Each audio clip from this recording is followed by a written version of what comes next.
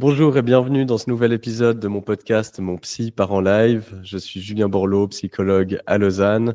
Aujourd'hui, j'ai la chance d'accueillir Marie Chavanne, qui est une nutritionniste experte en nutrition sportive, qui est responsable également de la nutrition dans la marque de compléments NutriPure. Et donc, c'est elle qui suit tous les athlètes qui sont sponsorisés par cette marque de compléments. Beaucoup d'athlètes qui sont allés dernièrement au JO à Paris, donc elle a l'habitude du très haut niveau.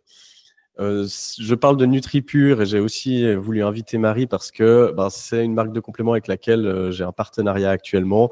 Vous m'avez sûrement entendu parler de cette marque dernièrement parce que j'ai mis plusieurs mois, voire années à trouver une marque de compléments qui fait vraiment de la qualité locale. Alors bon, je suis en Suisse, mais leurs produits viennent de France.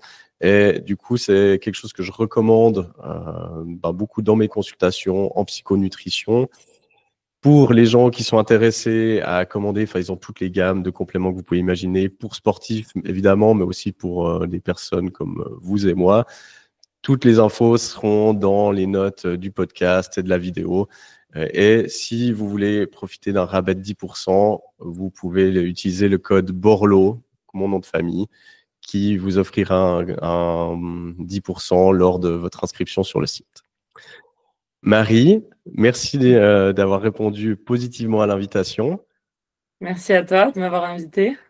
Avant qu'on rentre dans cette interview, on va parler évidemment de ta pratique dans le sport de haut niveau, dans la nutrition avec les athlètes, mais je vais essayer de rapprocher ça du public aussi lambda par rapport à la récupération, par rapport à l'épuisement, que ce soit professionnel ou sportif. Avant qu'on parte là-dedans, j'aimerais te demander de te présenter en disant quelque chose que peu de personnes connaissent sur toi. Alors, pour la petite anecdote, je remonte il y a un petit moment, à savoir mes premiers pas. En fait, il faut savoir que j'ai marché très tard, donc à 22-23 mois, pour être précise. Mais je me suis bien rattrapée cette année parce que j'ai couru mon premier marathon, le marathon du Mont Blanc. Donc finalement, j'ai rattrapé le retard, comme on dit. Donc voilà, en interne, il y a quand même beaucoup de gens qui connaissent cette performance qu'on a eue cette année, parce qu'on l'a partagée avec plusieurs collègues. Mais c'était un bel exploit sportif réalisé cette année, qui était vraiment notre objectif pour 7 d'entre nous. Donc, tu avais déjà la vision de l'importance de la préparation, de pas se lancer trop rapidement dans un Exactement, j'ai défi. pris le temps. Trop bien. J'ai pris le temps. Ok, donc c'était quelque chose qui inquiétait tes parents à l'époque? Eh bien, écoute, pour avoir posé la question à ma maman, non, elle s'est jamais inquiétée, puisque elle m'a dit que j'étais très éveillée, très souriante, vraiment, elle m'a dit non, à côté de ça, tu étais très éveillée, donc ça l'a jamais inquiétée. Puis, je pense que chaque enfant est différent. Généralement, on marche aux alentours des 1 an. Moi, c'était plutôt proche des 2, mais voilà, c'était OK pour eux. Et puis, ça t'a pas empêché, alors on va en parler après, mais tu as eu une carrière d'athlète professionnel. J'ai Donc, été biathlète, oui. voilà, il faut pas faire des projections à partir de nos enfants et trop projeter de choses, autant en positif qu'en négatif, parce qu'ils peuvent nous surprendre. C'est ça, chacun son rythme, et c'est ce qui est important, ouais. Est-ce que tu peux me parler justement peut-être du parcours qui t'a amené à devenir nutritionniste, particulièrement dans le sport? Alors, il faut savoir que je suis sportive, donc depuis petite, j'ai baigné dans le monde du sport au travers de ma famille, que ce soit mon papa, ma maman ou mes 2 grands frères qui ont été aussi sportifs de haut niveau. Donc ça a toujours été une passion. La nutrition également, je m'y suis toujours beaucoup intéressée, et de toujours, j'adorais cuisiner.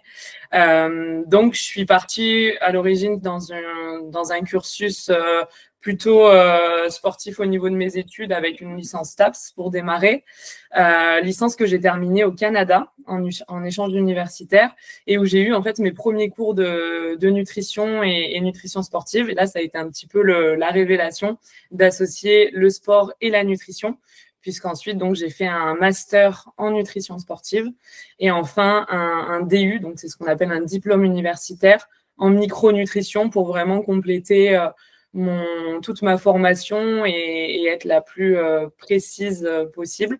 Donc ça, au niveau de mon parcours sur la partie études, ça ressemble un petit peu à ça. Au Canada, tu étais dans quel lieu? J'étais à Sherbrooke, à 1h30 de Montréal. D'accord. Là-bas, donc c'est là-bas que tu as fait le master ou ça t'as fait que quelques mois au Canada? J'ai fait 1 an du coup au Canada pour terminer ma licence STAPS. Donc c'était vraiment le principe d'un échange universitaire. J'étais à la fois inscrite dans l'université de Montpellier où j'ai fait mon STAPS et à l'université de Sherbrooke. C'est des ententes en fait. On était 5 étudiants de ma promo à pouvoir en bénéficier. Et c'est vrai que j'ai trouvé que c'était un gros plus parce que là-bas, l'enseignement est complètement différent de ce qu'on peut retrouver en France. Il y a beaucoup plus de cas pratiques. On est beaucoup plus dans la compréhension et dans l'apprentissage que dans le par cœur qu'on peut retrouver parfois dans les examens et partiels qu'on peut passer ici. Donc c'est vrai que c'était une super expérience qui m'a éclairée au niveau de mon projet professionnel, puisque c'est à mon retour en France que je suis partie en master nutrition sportive. Et en tant que biathlète, est-ce que tu avais un accompagnement au niveau nutrition ou bien c'était quelque chose que toi tu gérais de ton côté? Honnêtement, on avait très peu d'informations à ce sujet. On avait, comme tout sportif, des visites médicales et un médecin du sport à disposition. Après, j'étais donc au collège et lycée en sport-études, donc finalement, j'avais la cantine que les autres élèves avaient également. Donc non, pour le coup, on n'avait pas forcément d'accompagnement. On n'a pas vraiment été sensibilisé au travers d'ateliers ou quoi que ce soit. Après, j'ai toujours été de nature très curieuse, donc de moi-même, j'ai réalisé un petit peu cet apprentissage.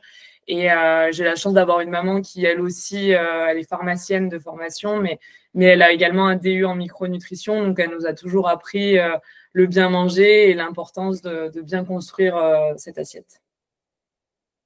Ouais, c'est intéressant de voir que finalement le monde du sport d'élite, il a énormément évolué. Maintenant, de plus en plus, pour des sportifs d'élite, ça semblerait aberrant qu'il n'y ait pas un suivi nutritionnel, un préparateur mental et préparateur physique, alors évidemment. Mais Mhm. c'était pas forcément le cas il y a quelques années encore. Non, et heureusement, je pense que ça a bien évolué. Comme tu l'as dit, effectivement, on s'y intéresse et préoccupe de plus en plus parce qu'on se rend compte que ça fait partie des piliers de la performance et que c'est un des fondamentaux à ne pas négliger. Et c'est le discours qu'on prône aussi chez NutriPure. Avant même de se lancer dans les compléments alimentaires, il faut déjà que la partie alimentation soit saine, équilibrée et adaptée à la fois en quantité et au niveau de la qualité. Au niveau des sports que tu accompagnes, ça peut être autant des sports d'endurance ou d'ultra-endurance que des sports, je sais pas, de combat, des choses plus explosives? Ou tu as une spécialité? Complètement. En fait, c'est très varié. D'origine, j'ai créé le service nutrition chez NutriPure qui me permettait d'accompagner tout sport, tout niveau, pas forcément uniquement les athlètes ou sportifs de haut niveau. Et c'est cette année où mon poste a un petit peu évolué, où je suis consacrée à 100% au haut niveau.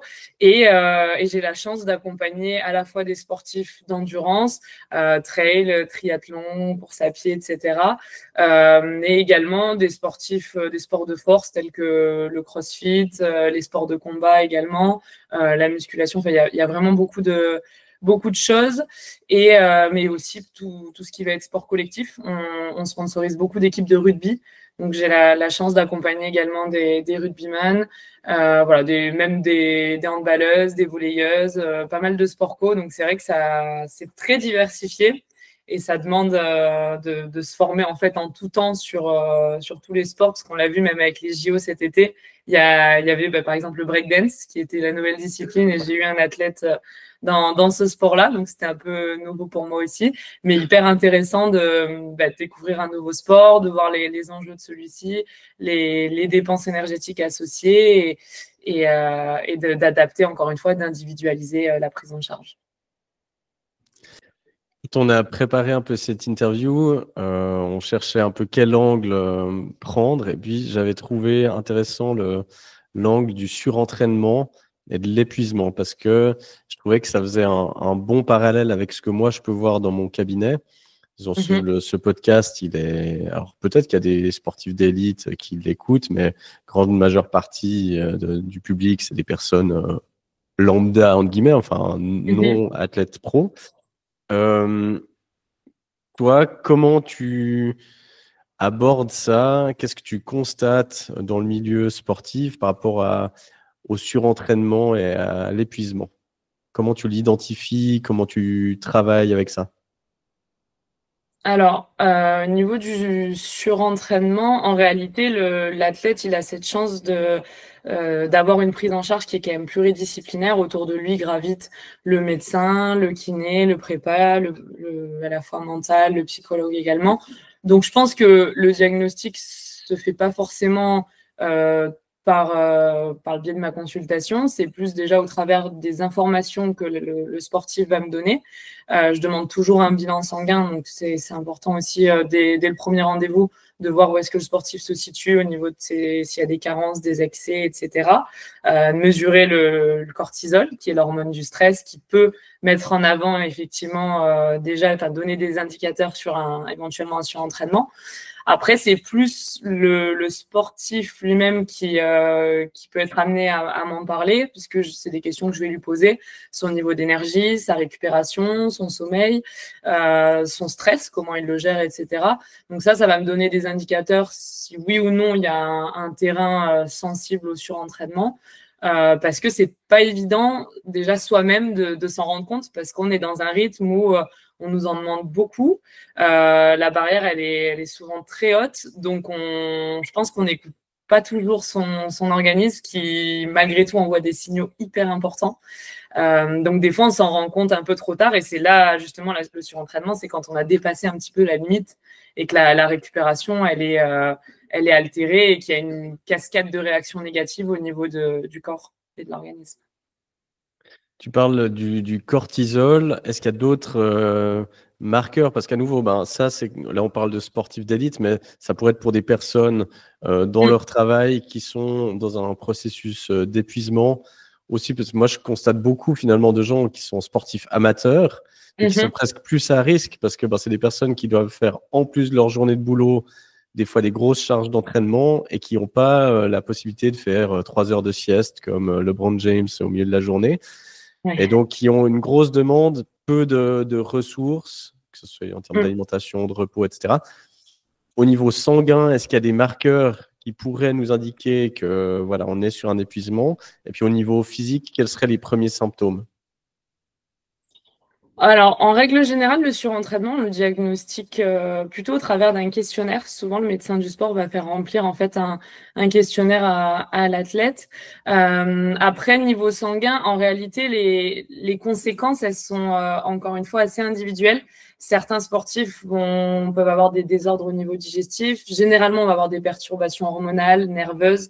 Il y a vraiment, comme je le disais, une cascade de réactions négatives qui induisent tout un dérèglement et déséquilibre au niveau du corps.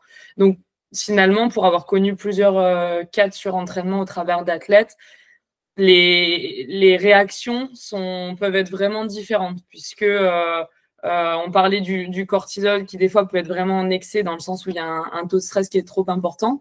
Mais à l'inverse, on peut aussi observer des fois des chutes de cortisol parce qu'il y a eu une telle production que l'organisme il devient complètement à plat aussi. Donc, finalement, il n'y a pas de généralité à ce niveau-là. C'est un sujet qui est hyper intéressant, et je pense qu'un médecin, pour ça, c'est indispensable justement pour interpréter tous les indicateurs sanguins notamment. Mais voilà, il faut le considérer dans sa globalité, puisque chaque cas va être vraiment différent, comme je le disais.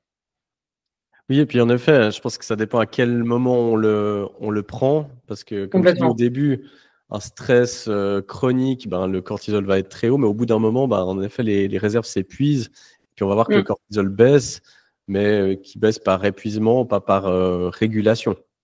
C'est ça, ça peut effectivement.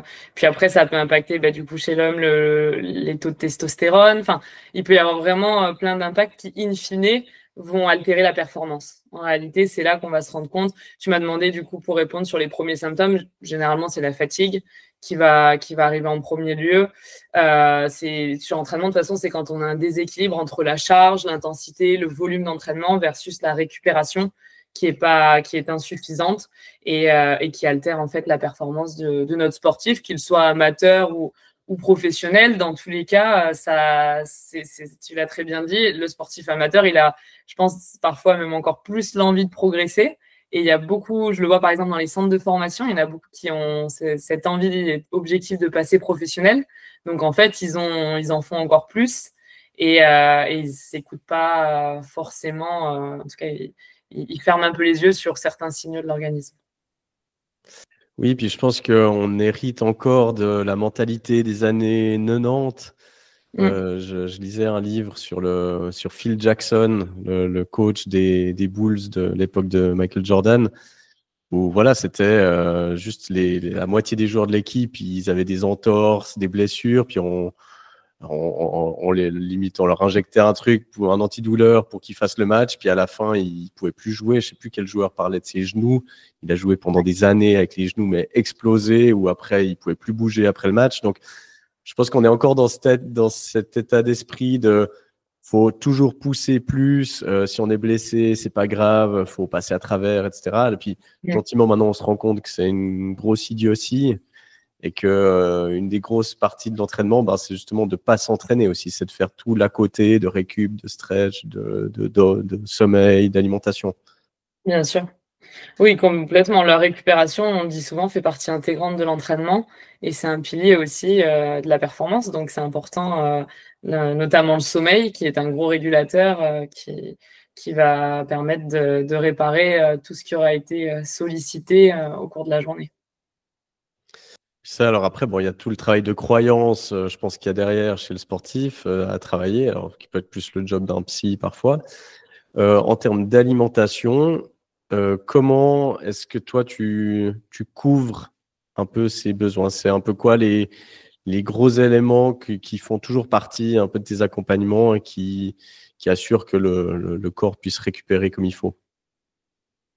Alors déjà, il y a une notion de quantité, puisqu'en fait, le sportif, par définition, il a une dépense énergétique qui est plus importante qu'une personne sédentaire. Donc chaque jour, il va brûler plus de calories, qui implique par le biais de l'alimentation des apports également plus importants pour permettre de répondre en fait à ses besoins énergétiques.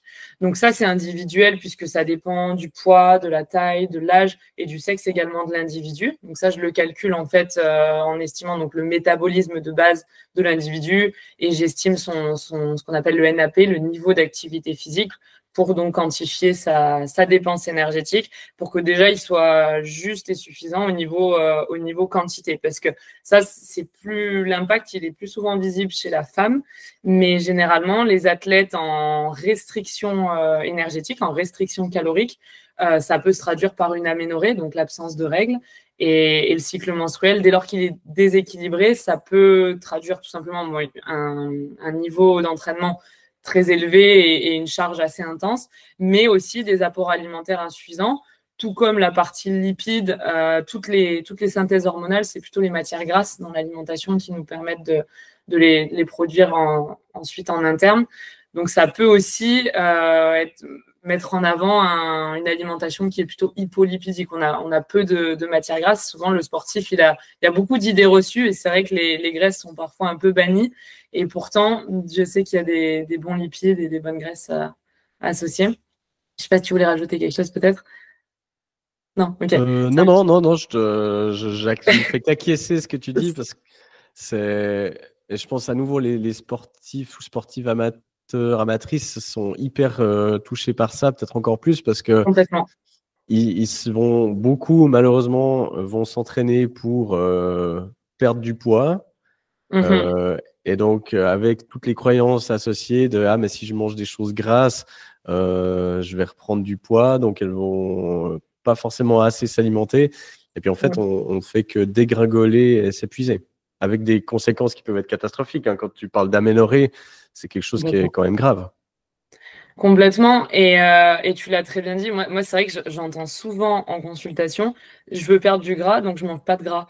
Et pourtant, on a des acides gras qui sont dits essentiels, puisque le corps n'est pas en capacité d'en produire. Je pense notamment aux oméga 3, dont on est plus à risque d'être déficitaire versus les oméga 6 qu'on surconsomme un petit peu à l'heure actuelle. Et les oméga 3, ils ont un rôle hyper important, puisqu'ils ont une capacité anti-inflammatoire pour notre corps. Et il faut savoir que, par définition, l'activité physique, elle est quand même assez acidifiante pour notre organisme. Donc, l'enjeu en récupération, en post-effort, c'est justement de contrecarrer cette acidité et d'avoir une alimentation plutôt anti-inflammatoire, donc riche en fruits, légumes, qui vont apporter vitamines, minéraux, mais également ces fameux oméga 3 qu'on va retrouver dans les petits poissons gras, sardines, maquereaux, qui vont être hyper intéressantes, dans les huiles aussi, l'huile de colza, l'huile de noix, l'huile de lin, etc., pour avoir vraiment un équilibre à ce niveau-là. Et c'est vrai que pour répondre à la question, je dérive un petit peu, désolée, c'est vrai que c'est un vaste sujet et où on peut apporter beaucoup d'éléments. Il y a effectivement cette notion de quantité, mais il y a bien entendu la qualité qui, pour le coup, va s'appliquer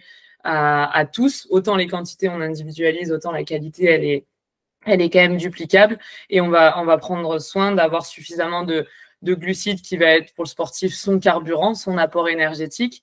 Donc souvent un épuisement, ça peut traduire aussi un apport énergétique, comme je le disais, insuffisant, mais ça peut venir de la partie glucide qui est pas correcte au niveau de sa quantité, des protéines. Enfin voilà, c'est vraiment l'équilibre au global qu'il faut considérer sur la semaine, puisqu'en fait, il n'y aura pas vraiment d'aliments miracles à proprement parler, ni d'aliments interdits.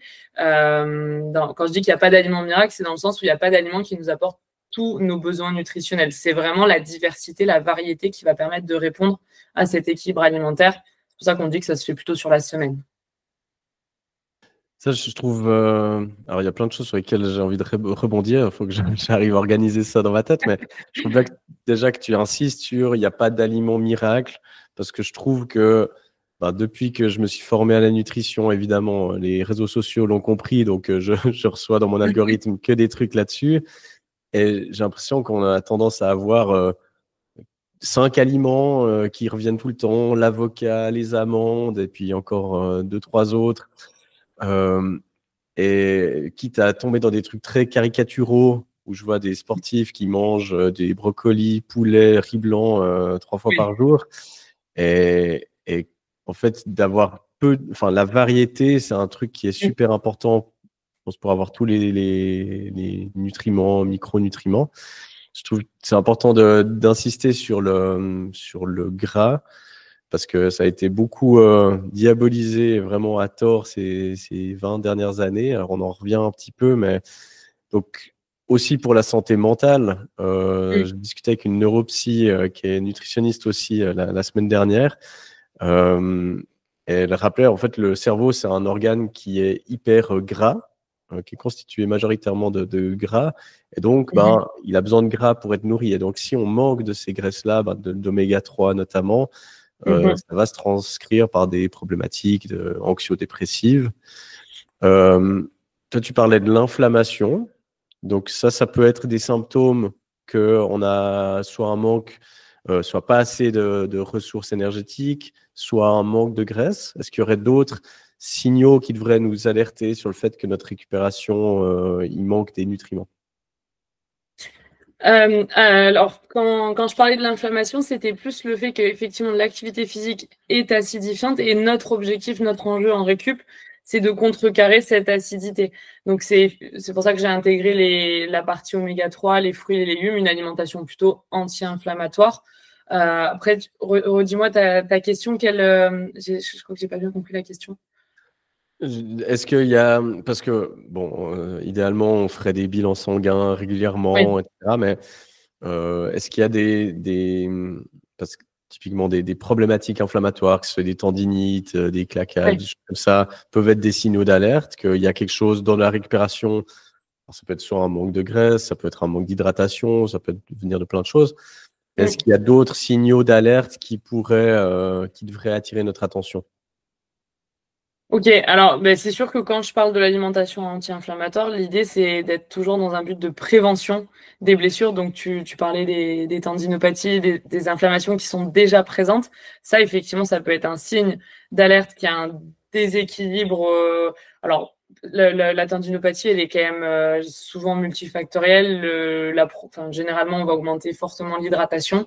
Les tendons sont hydratés en dernier au sein de l'organisme. Également, on va faire en sorte peut-être de réduire un petit peu le volume d'entraînement en fonction de là où se situe la tendinite. Il y a des stratégies derrière avec le kiné, etc., qui peuvent bien évidemment être mises en place.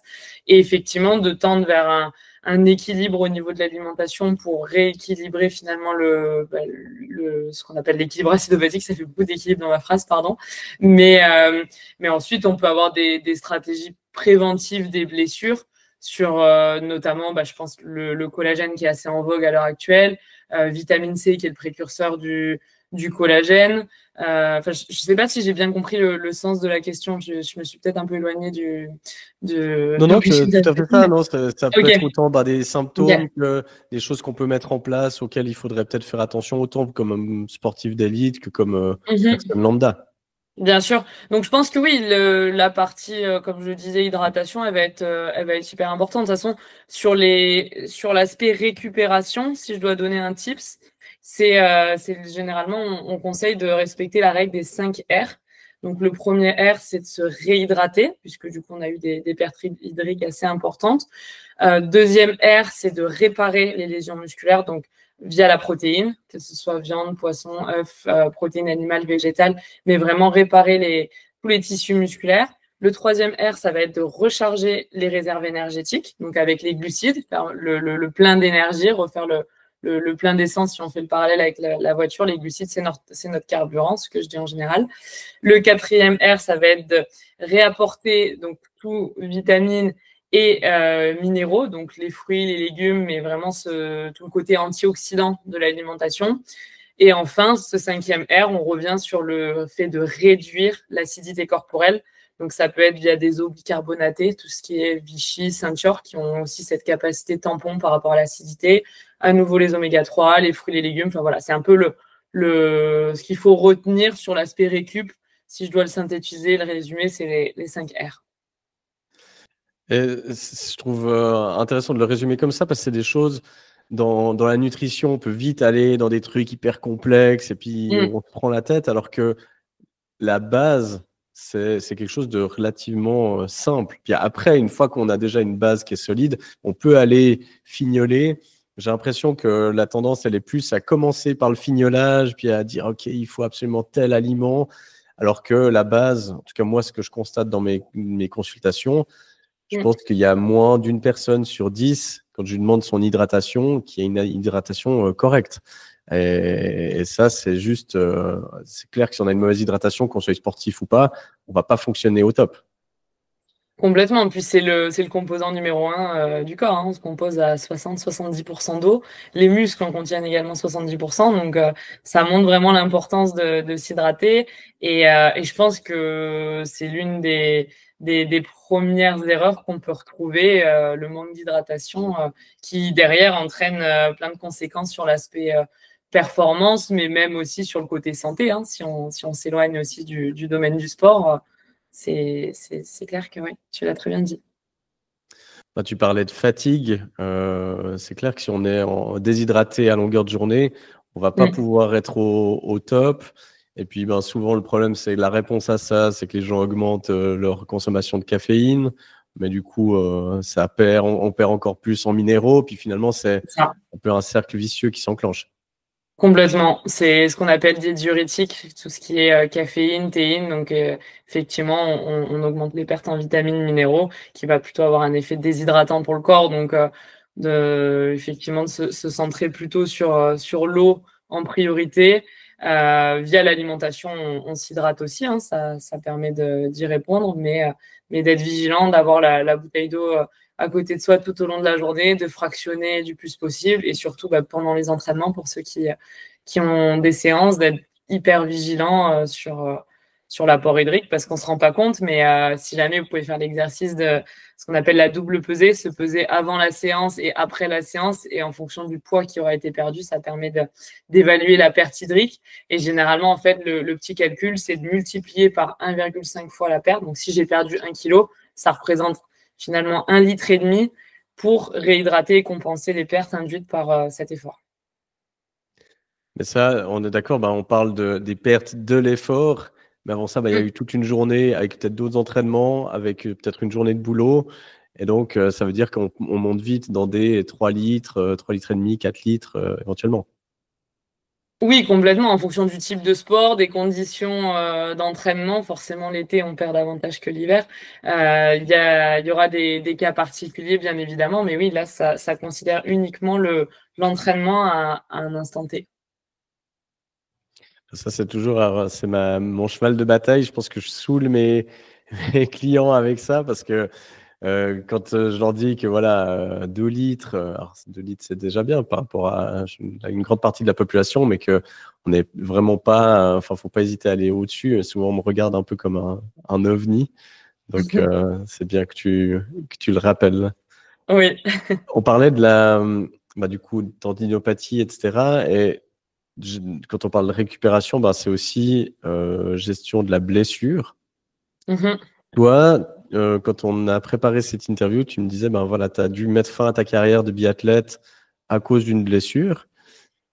Ça m'intéresse d'avoir ton point de vue vraiment en tant qu'athlète de l'époque sur comment tu as vécu ça, parce que je trouve psychologiquement, beaucoup de gens peuvent se retrouver là-dedans, autant quand c'est un changement de boulot, quand c'est le passage de la vie active à la retraite, enfin, toute cette question un peu du deuil, d'un cycle qui se termine. Ça m'intéresse de voir un peu, toi, comment tu avais vécu ça.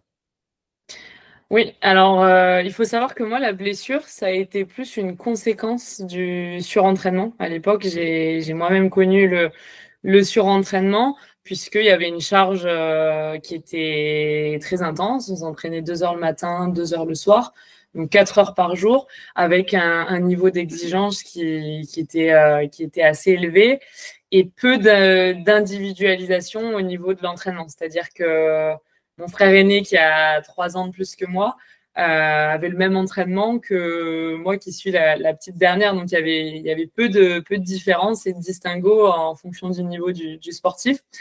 Donc, ça a conduit progressivement à un épuisement, à de la fatigue et à donc un diagnostic de surentraînement, puisque mes performances, en fait, j'ai mis du temps à l'identifier parce que du coup, on suis rentré finalement dans un cercle vicieux où mes performances, elles étaient effectivement en baisse, mais du coup, l'entraîneur, lui, il m'augmentait la charge d'entraînement pour essayer de retrouver ma condition physique et mon niveau. Et en fait, ça a fait qu'accélérer la spirale. Et effectivement, j'en suis arrivée à la blessure qui, je pense, était la suite logique de tout cet épuisement. Et mon corps, il m'a parlé, tout simplement.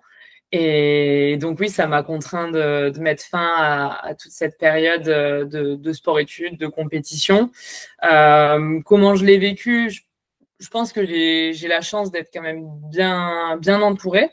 Je m'en cache pas, à l'époque, j'ai vu psychologue du sport. J'avais besoin d'évacuer, de décharger, de mettre des mots sur ce que je traversais, parce que mine de rien, j'étais quand même jeune et voilà, c'était un peu nouveau tout ça pour moi aussi.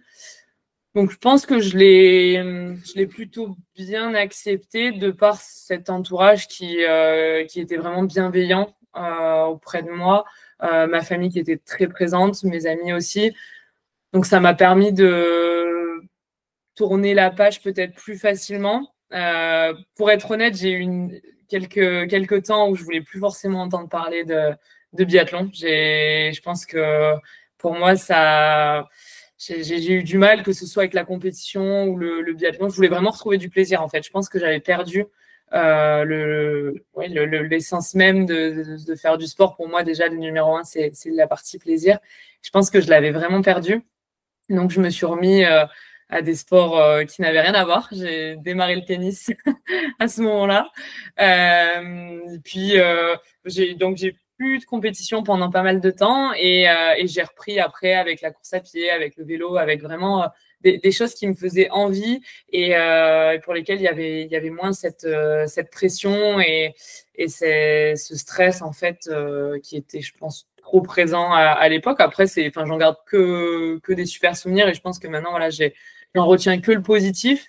Mais ça a été une période où oui, c'est mon corps, je l'ai poussé, je pense, dans ses limites. Donc, ça m'a permis avec du recul maintenant, de connaître un petit peu mes limites et de maintenant m'écouter finalement et respecter que oui, parfois j'ai un temps de récupération qui est plus important que d'autres et c'est OK avec ça. C'est vrai qu'on a tendance à parfois beaucoup se comparer et je pense que c'est bien de se comparer avec soi-même, faire les courses contre soi-même et faire les choses pour soi et surtout avec plaisir.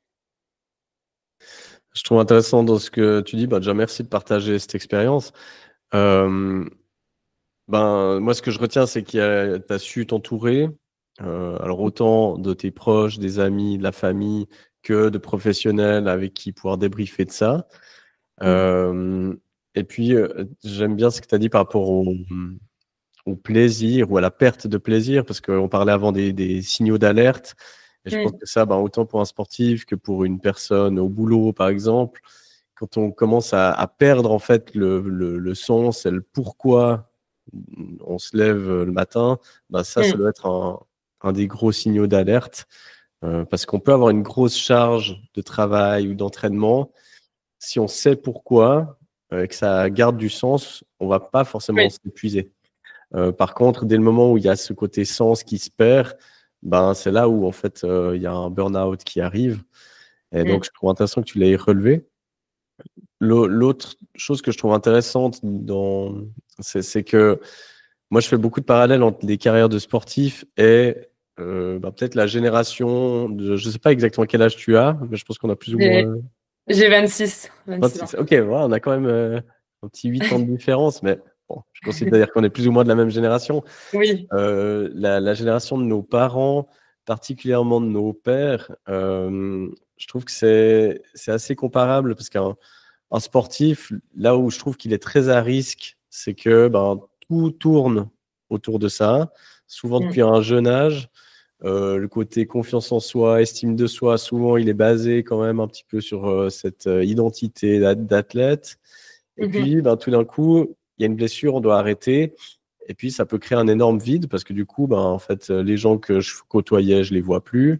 Alors du coup, c'est mes potes, ils sont où? Mon identité, en dehors du sport, c'est quoi? Qu'est-ce que je fais maintenant? Et j'ai l'impression que les hommes de la génération de nos pères avaient un petit peu ce côté-là où à la retraite, ils sont à risque parce que ça a toujours été le boulot, c'est ça la priorité, c'est là que j'ai une identité où je bosse, où mon cercle social.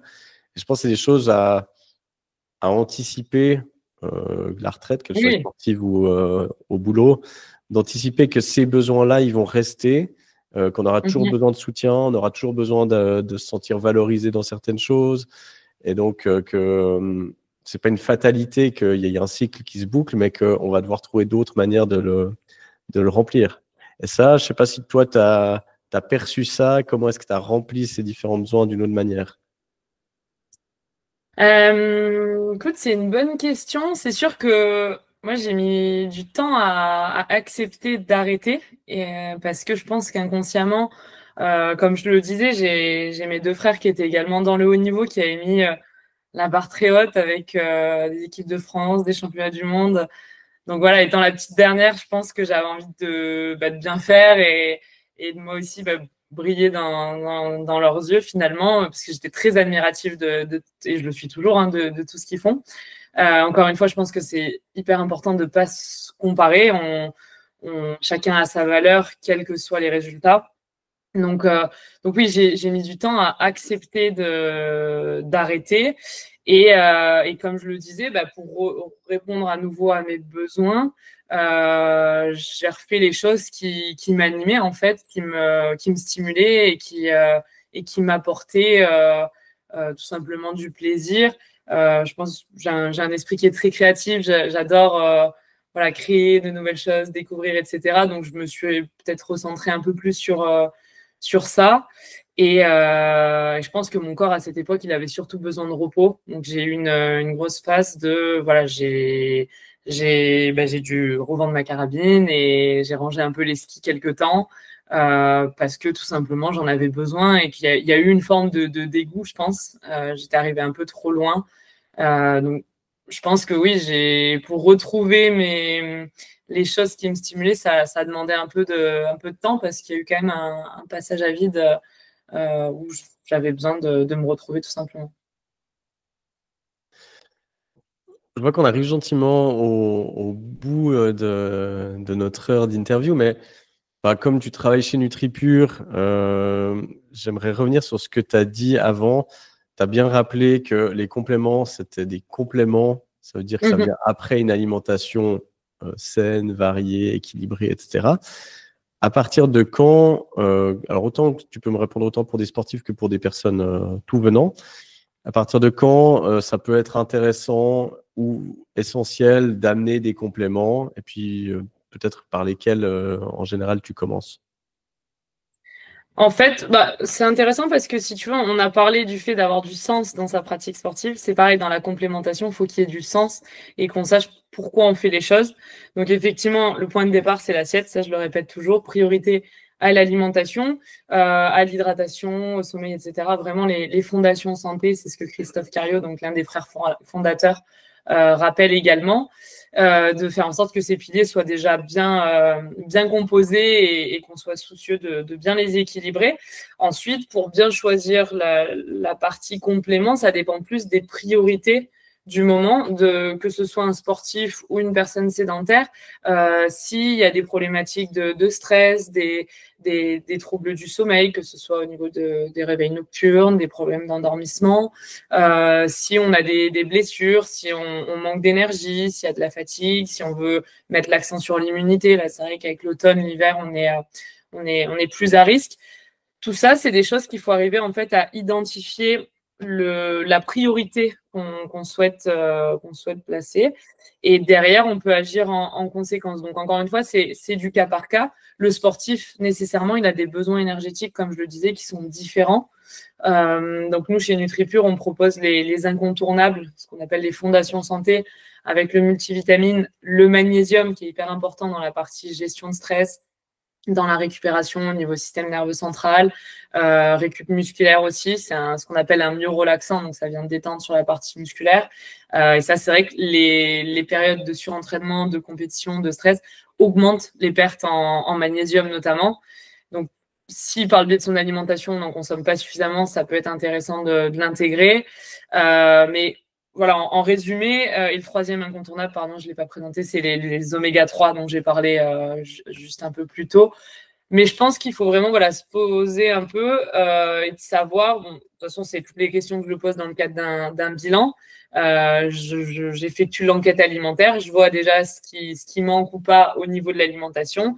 Et ensuite, en fonction des objectifs ou des priorités de l'individu, quelle qu'elle soit, bah, je peux l'orienter, que ce soit sur des vitamines, des minéraux, des plantes adaptogènes, des protéines. Enfin, c'est vraiment très large, mais c'est une très bonne ressource qui nous permet de bien compléter ce qui pourrait manquer au niveau de l'alimentation.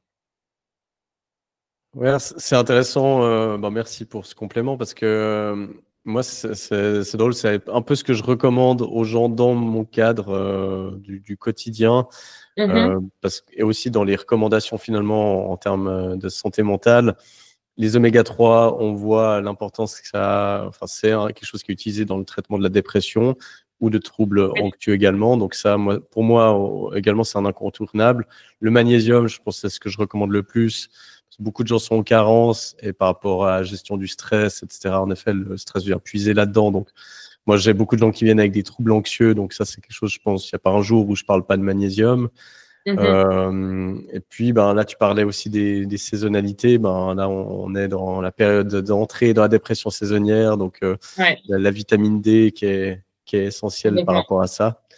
Et puis après, ben, c'est bien que tu le rappelles, hein, s'il y a des gens qui sont nutritionnistes, c'est pas pour rien, c'est que ça nécessite des accompagnements aussi plus personnalisés. Donc voilà, si vous écoutez cet épisode et puis que vous posez des questions, n'hésitez pas à prendre contact avec un professionnel de santé pour aller affiner tout ça. Complètement. Et je rajouterais en disant que on dit aussi beaucoup que l'intestin, c'est le deuxième cerveau. Donc, ça montre l'importance de bien choisir ses aliments, mais aussi de prendre soin de son microbiote intestinal pour la santé mentale notamment. Et ça, je pense que notamment les probiotiques sur ces périodes-là peuvent être hyper importantes en parallèle de la vitamine D, comme tu l'as dit, du zinc. Enfin, il y a plein de choses. Faut juste pas se perdre, être bien conseillé parce que c'est un vaste monde. Il y a beaucoup de choses, beaucoup d'informations, un peu parfois contradictoires. Donc, être bien entouré, bien conseillé, c'est, je pense, hyper important. Oui, et particulièrement pour les probiotiques, je pense que c'est là où ça montre le plus l'importance de faire les choses dans l'ordre. Parce que si on prend des probiotiques, mais que derrière, on mange quasi pas de fruits, pas de légumes, en Oui. fait, ces bonnes bactéries, elles vont juste mourir parce qu'elles n'auront pas de quoi se nourrir. Donc, je sais qu'il y a toujours cette envie d'aller à la facilité, de se dire non, mais il me faut quelque chose tout de suite. Pourquoi pas? Mais si le reste est pas bon, s'il y a un intestin imperméable, en fait, on va pouvoir prendre des compléments, on va les évacuer direct, ils vont pas être assimilés. Donc voilà, n'hésitez pas à faire un suivi plus poussé là-dedans pour vraiment que ça soit utile et pas perdre de l'argent en fait en pensant que vous faites quelque chose de bien. Complètement, je te rejoins. Marie, merci beaucoup pour cet échange. Je pense qu'on pourrait encore poursuivre la Oui. discussion, mais déjà merci pour ça. Évidemment, les gens qui sont intéressés, peut-être qui sont sportifs, qui aimeraient travailler avec toi, je mettrai de toute façon toutes les infos dans les infos du podcast. Je te laisse peut-être le mot de la fin, si tu devais donner un conseil ou enfin voilà, je te laisse la liberté de terminer cette interview à ta manière. Écoute, merci déjà pour l'invitation. Pour le mot de la fin, je pense en résumé d'être à l'écoute de son corps. C'est une très belle machine qui envoie beaucoup de signaux. Donc de pas fermer les yeux sur tout ce que notre corps peut nous dire et de prendre du plaisir avant tout dans ce qu'on fait, trouver du sens. Je pense que c'est hyper important et voilà, je terminerai sur ces mots-là. Merci beaucoup. Merci à toi.